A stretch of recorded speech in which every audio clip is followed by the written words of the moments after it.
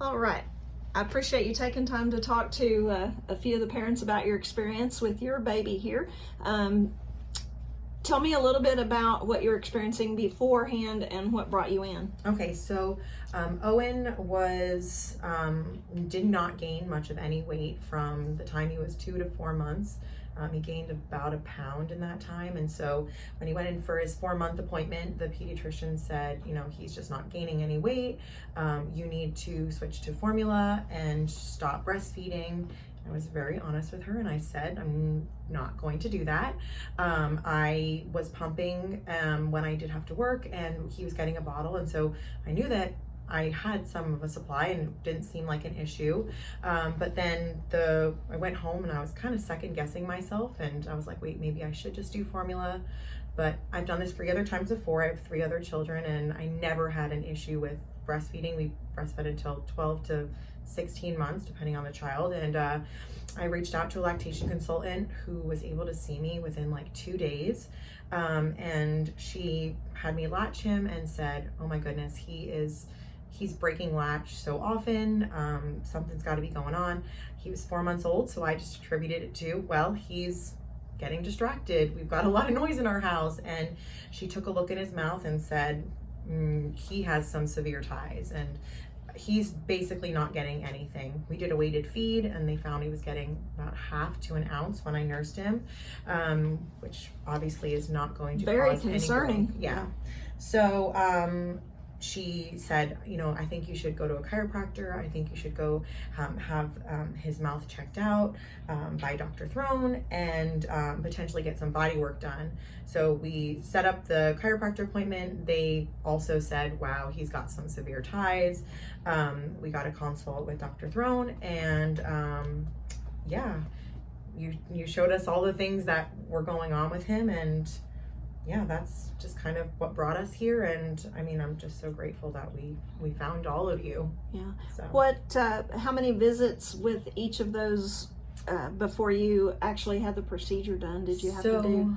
Owen saw lactation twice, and then he saw the chiropractor twice before we came to you. And then he saw a chiropractor, I think 2 or 3 more times before we had the procedure done. And he met with the body worker twice also before the procedure. And that's a myofascial massage therapist, craniosacral therapist? Yep. Okay. Yep.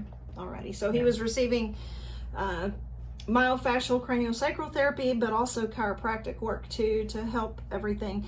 If I recall, he was a little bit missing on some of his infant reflexes too that we had to work on a little bit. So his journey to get to the surgical day was a little bit longer for him, and especially being protective of your supply as well. Yeah. You mentioned to me that you were beginning to have some supply issues, and you had pain beforehand too, right before the procedure. Yeah, and you matter. So tell us about your experience. Before I met with lactation and everything, I really wasn't feeling any pain.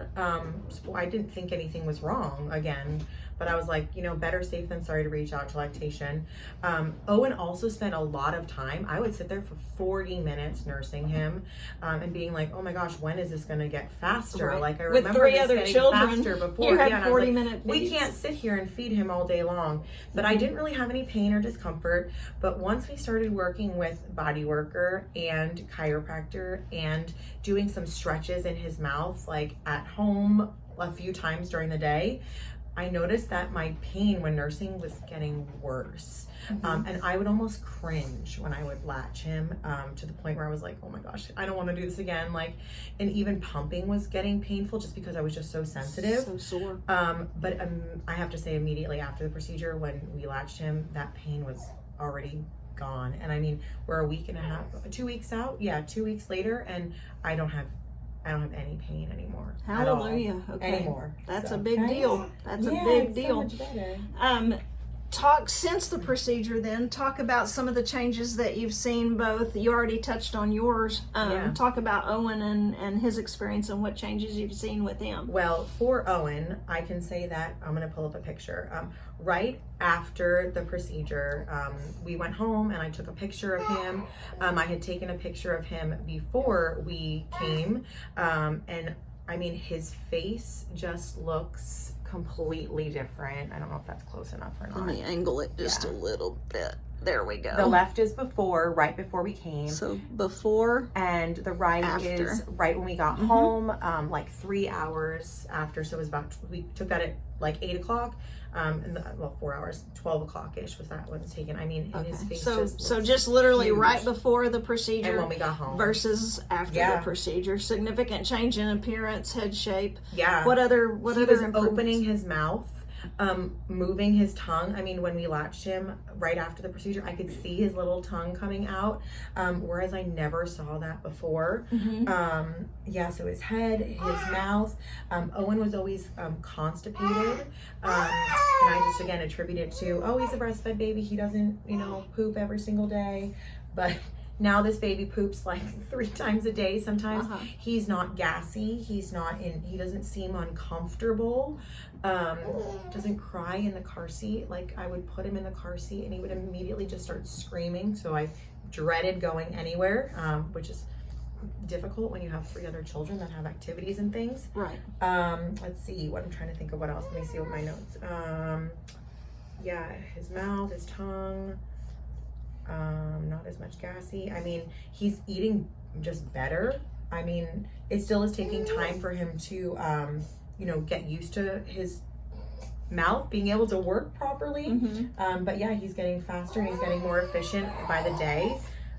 He's incredibly long now. Oh yeah. He used to crunch up like a newborn all the time. And now he stretches out. I mean, he was rolling, but he wasn't rolling as much. He's just moving around. He sleeps better during the day. We would get very short sleep windows, and I think it was probably because he was starved. And uncomfortable. He couldn't relax or stretch out. Yeah. And he's more vocal, you said. Oh yeah, much more vocal. Right, you got a lot to say. You got a lot to say With to 3 everybody. siblings, I bet he does. Yeah.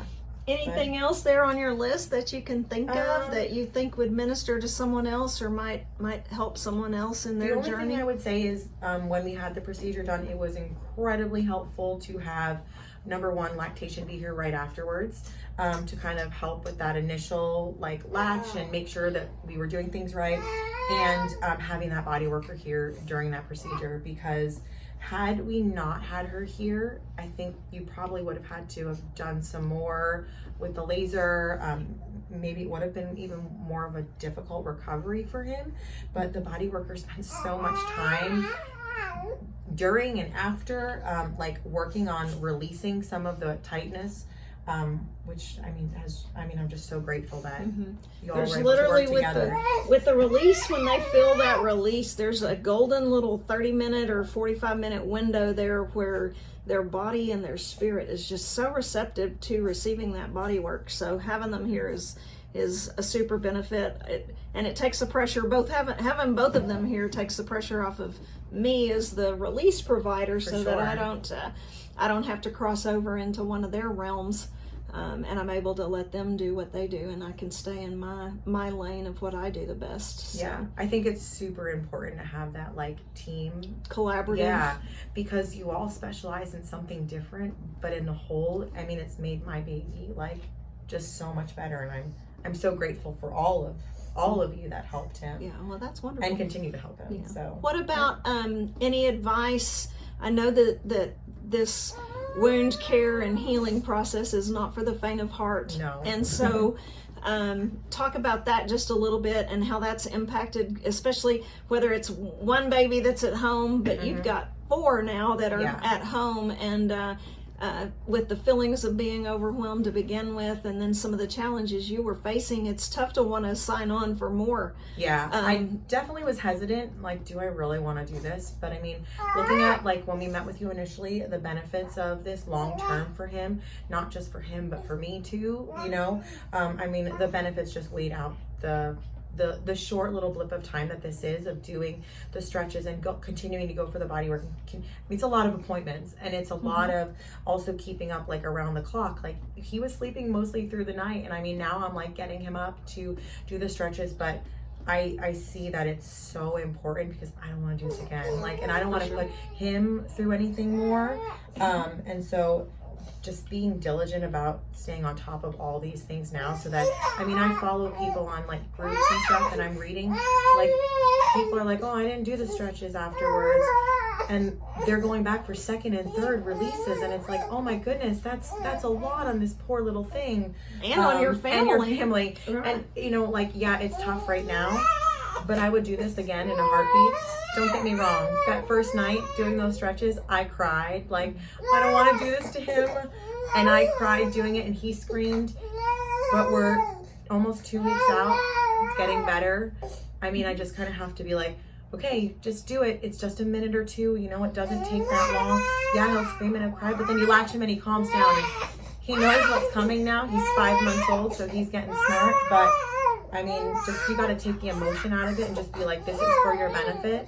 And just get it over with. Right. So that's exactly what we say, is we're doing it for them, not to them. Just Right. like you change his diaper, and he might fuss sometimes too, but you would still change his diaper, Correct. obviously. So yeah. yeah, it's a for him, not to him thing. So especially for thriving in life, we want him to live a long, healthy life and be able to enjoy life at the end of life as much as the beginnings. Yeah, exactly. So excellent. But, anything else that you can think of to help parents as they're trying to navigate this, because there's a lot of misinformation out there for sure. too, and I know you got told that you know, like you said, that you needed to quit breastfeeding, Yeah, that they were he like, wasn't he's the failure to problem, thrive. right? And that almost makes it a you problem, not a him problem. Yeah. They were saying you need to quit breastfeeding and give him formula, but And yeah, formula might have given him calories, but it still wouldn't. I mean, there was still a problem. And we needed to get to the root of that, and so Right. formula would have just been a Band-Aid for it. That's true. Whereas all of this is a fix for what the root of the problem was. Exactly. And I'm not about putting a Band-Aid on something and then just figuring it out later. I'm glad that I wish we did this sooner. Like, I wish that's the only thing looking back on it. Like, I wish I never had this before, or I never really knew about it before. And so looking back, I wish I had known a little bit more. Now I'm going around telling people, like, make sure you're looking in your baby's mouth. Get that lactation. Make sure your pediatrician is looking in their mouth. Right. Our pediatrician never looked in his mouth. Right. But gave you advice. But told us, right, this right. is what we should do. But unfortunately, most pediatricians, a lot of them don't have the knowledge and don't Right. get the training, but they still say nothing's wrong and are more prone to blame mom or switch to formula. So I can just say, like, advocate for your baby and yourself. And if mom gut is like real, you know, like your baby, and you know, like, I was told it was a GI problem, and I was like, this is not a GI problem. There's something else, you know.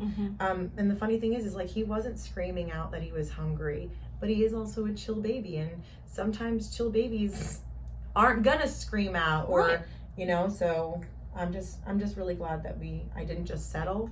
And so, yeah. There's nothing better than a God mom gut. Yeah, for sure. Yeah. Mom gut is a wonderful trust thing. it for sure. And I mean, if you don't like that first opinion of what you were told, find somebody else and get that opinion as far as what could be really going on.